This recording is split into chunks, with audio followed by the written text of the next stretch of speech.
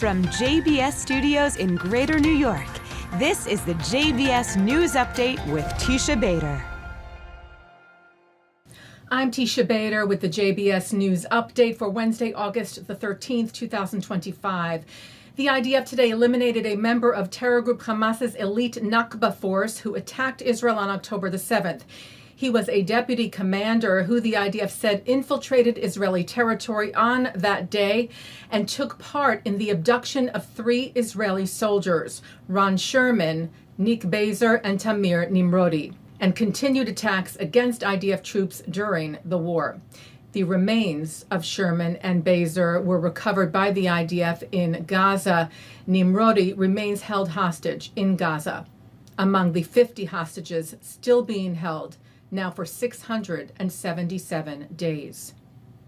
The IDF yesterday also took out 5 armed terrorists who were using a vehicle of the World Central Kitchen as cover, wearing yellow vests in an attempt, it said, to conceal their activity and avoid being targeted.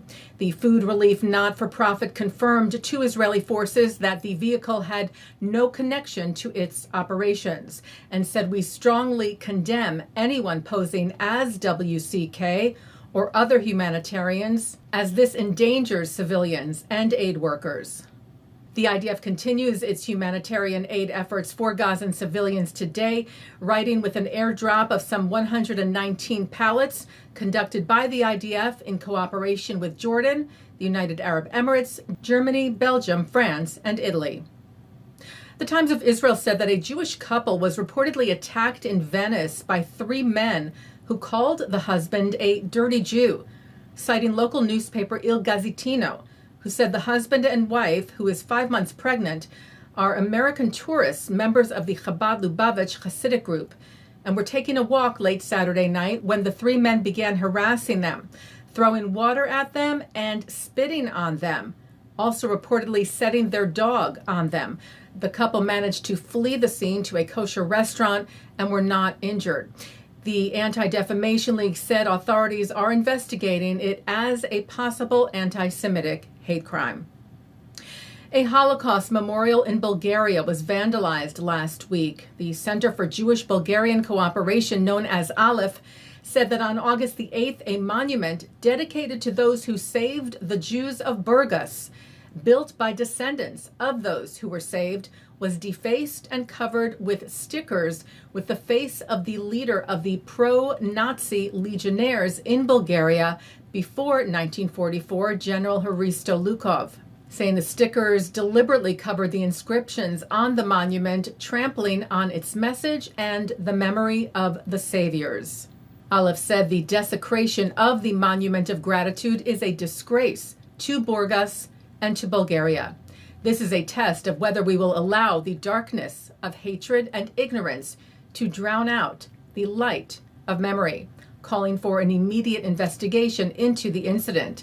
And today it was reported that an investigation by the Burgas prosecutor's office has now been opened. Well, in an exclusive from Deadline, it reported that TIFF, the Toronto Film Festival, has Uninvited, a documentary about a heroic mission to save lives, on October the 7th. The Road Between Us, The Ultimate Rescue, was set to be part of the festival's fall lineup. The film tells the incredible story of retired IDF General Noam Tibon, who left his home on that day to save his family, including his 2 granddaughters, who were surrounded by Hamas terrorists. Deadline cited a TIFF spokesperson telling them yesterday the invitation for the Canadian documentary film, The Road Between Us, The Ultimate Rescue, was withdrawn because, they said, general requirements for inclusion in the festival were not met, including, it said, legal clearance of all footage, meaning, apparently, getting permission to show the footage from Hamas, who wore body cams during the massacre, sharing footage widely with the public, including with family members of those they were attacking.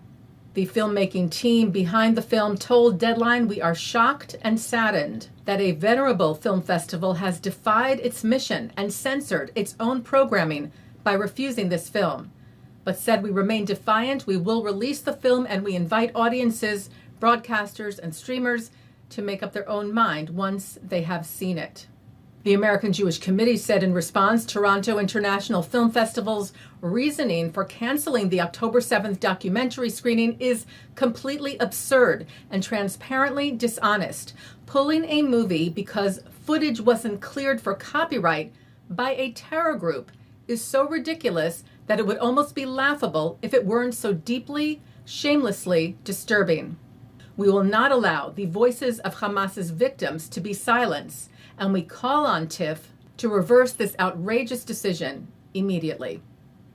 Taking a look now at our programming for tonight on JBS for Wednesday, August the 13th at 7 o'clock. It's David Harris on Defending Israel. At 7:30, I speak with CEO of the ADL, Jonathan Greenblatt, on anti-Semitism, the hostage crisis, and other pressing issues. At 8, David Harris discusses anti-Semitism, Jewish memory, and Holocaust education with Isaac Amon and Meng Yang. At 9, Dorit Inbar is on L'chaim. At 10, it's the ILTV's Insider. At 10:30, an encore of the news. And coming up next, it's Thinking Out Loud. And that's the JBS News Update for Wednesday, August the 13th, 2025. I'm Teisha Bader. Am Yisrael Chai.